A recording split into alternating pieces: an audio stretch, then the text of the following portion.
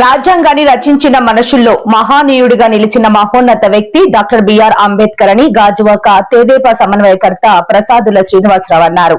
Party కార్యాలయంలో ఎస్సీసీల ఆధ్వర్యంలో అంబేద్కర్ 135వ జయంతి సందర్భంగా ఆయన చిత్రపటానికి పూలమాలలు వేసి ఘనంగా నివాళులు అర్పించారు.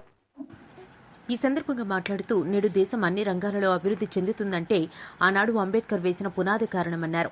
గత వైకాపా పాలనలో అంబేద్కర్ రాజ్యాంగాన్ని పక్కన పెట్టి రాజారెడ్డి రాజ్యాంగాన్ని అమలు చేసి రాష్ట్రాన్ని సర్వనాశనం చేశారని అన్నారు. అంబేద్కర్ ఆశయ స్ఫూర్తితో ప్రధాని నరేంద్ర మోదీ దేశాన్ని అభివృద్ధి వైపు నడిపిస్తున్నారని, మోదీ సుపరిపాలనలో రాష్ట్రం ప్రగతి దిశగా పయనిస్తోందన్నారు. ముఖ్యమంత్రి చంద్రబాబు, డిప్యూటీ సీఎం పవన్ కళ్యాణ్లు నిరంతరం రాష్ట్ర అభివృద్ధికి పాటుపడుతున్నారని, యువనేత ఐటీ మంత్రి నారా లోకేష్ ఆలోచన విధానాలతో రాష్ట్రానికి పెట్టుబడులు వెతుక్కుంటూ వస్తున్నాయని చెప్పారు. గాజువాక సమగ్ర అభివృద్ధికి ఎమ్మెల్యే పల్ల శ్రీనివాసరావు చేస్తున్న కృషి వెలకట్టలేనిదన్నారు. కార్యక్రమంలో మాజీ కార్పొరేటర్లు పల్ల శ్రీనివాసరావు, గంధం శ్రీనివాసరావు, చెరుకూరి నాగేశ్వరరావు, ములకలపల్లి పెంటయ్య, బ్యూటిఫికేషన్ డైరెక్టర్ మొల్లి పెంటిరాజు, నుగరాజు, రాజారావు తదితరులు పాల్గొన్నారు. గాజువాక టీడీపీ కార్యాలయంలో రాష్ట్ర అధ్యక్షులు అలాగే గాజువాక శాసనసభ్యులు పల్లా శ్రీనివాసరావు ఆదేశాల మేరకు అలాగే గాజువాక సమన్వయకర్త ప్రసాద్ శ్రీను ఆధ్వర్యంలో ఈ పార్టీ ఆఫీసులో 135వ జయంతి బాబాసాహెబ్ అంబేద్కర్ తాలూకా జయంతి కార్యక్రమంగా మరి అన్ని గ్రామాల నుంచి కూడా చాలా విస్తృతంగా వచ్చి ఈరోజు అంబేద్కర్ చిత్రపటానికి పూలమాలలు వేస్తూ నివాళులు అర్పించారు.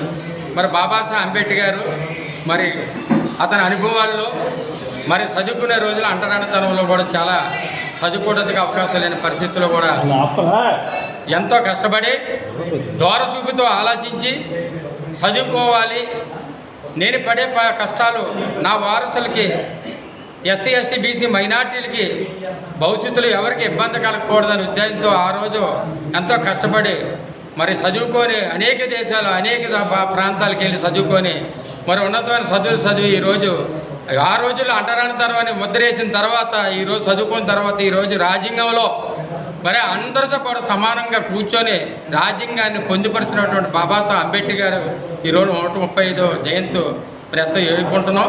బాబాసాహెబ్ అంబేద్కర్ ఏదైతే కలలు కన్నారో ఆ కళలు నిజం చేయాలి అనే ఉద్దేశంతో ఏదైతే రాజ్యాంగంలో పొందుపరిచిన దాన్ని అప్పుడు బాబు జగజీవన్ గారు పొలిటికల్ రూల్లో కాంగ్రెస్ పార్టీలో ఉండేటప్పుడు అప్పుడు అంబేద్కర్ తాలూకా రాజ్యాంగాన్ని బయటికి తీసి దాన్ని మరి రిజర్వేషన్లు కానీ ఫ్యూచర్ భవిష్యత్తు కానీ చదువుకోవటానికి ఉండటానికి కానీ అన్ని ప్రాంతాలు అన్ని కులాల్లో ఉన్నటువంటి పేదరికాన్ని నిర్మూలన చేయాలి, అందరూ బాగుండాలన్న కాన్సెప్ట్తో ఒక అవగాహనతో పెట్టినటువంటి రాజ్యాంగాన్ని ఈరోజు అమలుపరిచి దాన్ని కొంతమంది తెలియక ఆ రోజుల్లో కాంగ్రెస్ ప్రభుత్వం ఇందిరాగాంధీ మీకు భిక్ష పెట్టింది అనేది మమ్మల్ని ఎస్సీ ఎస్టీల నుంచి తొలగించాలనే ఉద్దేశంతో అంబేద్కర్ బాబు జగన్ ఇద్దరు కలనివ్వకుండా ఊపిరిగా చేసి ఇది ఇందిరాగాంధీ భిక్ష ఎస్సీ వాళ్ళకి అని చెప్పారు. అది తప్పు.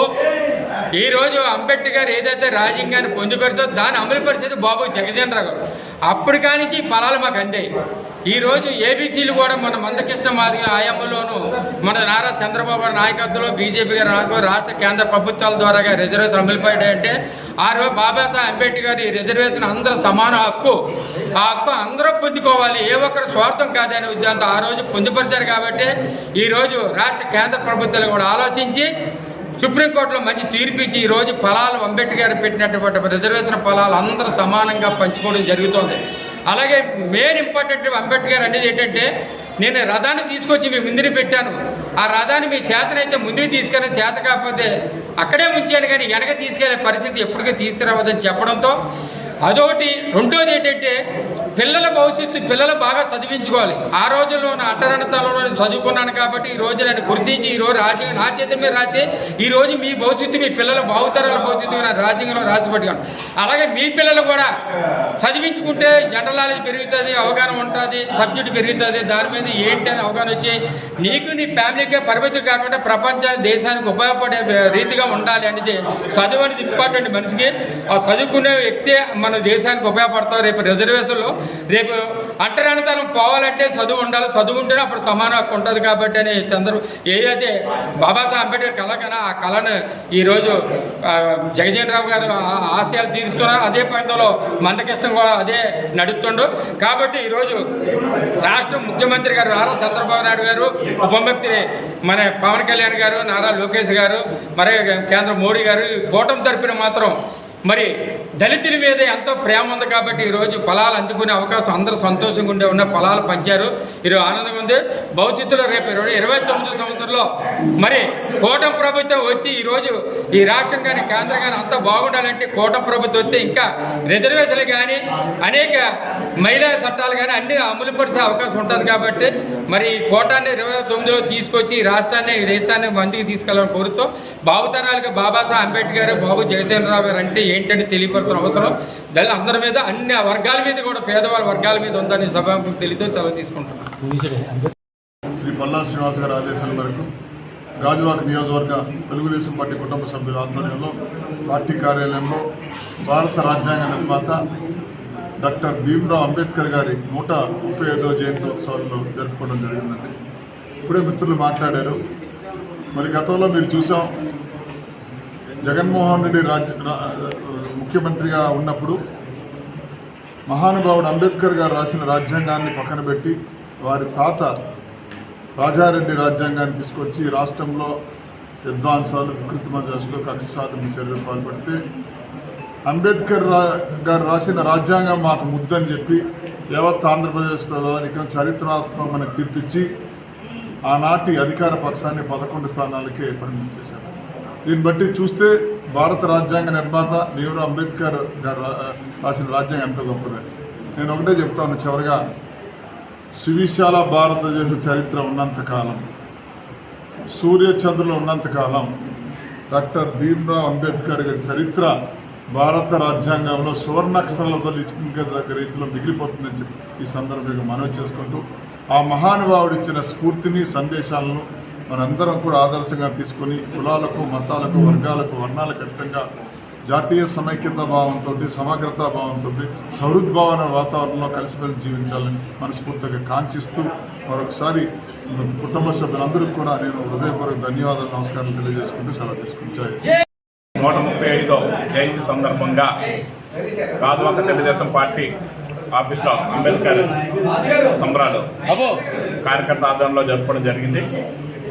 మరి చాలా ఆనందం, ఎందుకంటే అంబేద్కర్ గారు ఈ భారతదేశానికి మరి రాజ్యాంగాన్ని రక్షించిన వ్యక్తి, అలాగే అనగాని వర్గాలకి రిజర్వేషన్లు కల్పించిన మహనీయుడు.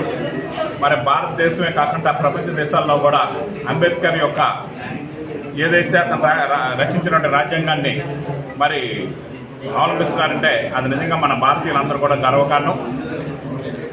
మరి భారతదేశంలో పుట్టిన అంబేద్కర్ గారు ఈవేళకి కూడా ఇంకా అతను గుండెల్లో పెట్టుకున్నారంటే ప్రతి అంబేద్కర్ జయంతి కూడా వాడల్లా కార్యక్రమం జరుగుతున్నట్టు ఆ మహనీయుడికి మన భారతదేశం ఇస్తున్న నివాళులు చాలా గొప్పగా అని నేను అనుకుంటున్నాను. అంబేద్కర్ ఆశయాలకు అనుగుణంగా అందరూ ఉండాలని చెప్పి నేను మనస్ఫూర్తిగా కోరుకుంటున్నాను. అలాగే యువత చెడు వ్యసనానికి లోనవ్వకుండా ఉండాలి. ఏదైతే ఇలాంటి పెద్దలు మనకు మార్గాన్ని చూపించారో ఆ మార్గంలో ఉండాలి అన్నప్పుడు వాళ్ళ ఆశయాలకు అనుగుణంగా మనం ముందుకెళ్ళవలసిన బాధ్యత ఉంది. ప్రతి ఒక్కరు కూడా ఆ బాధ్యతను తీసుకొని మరి అంబేద్కర్ ఆ యొక్క ఆశయాలకు అనుగుణంగా ముందుకు నడవాలని చెప్పి నేను కోరుకుంటూ ఈ అవకాశం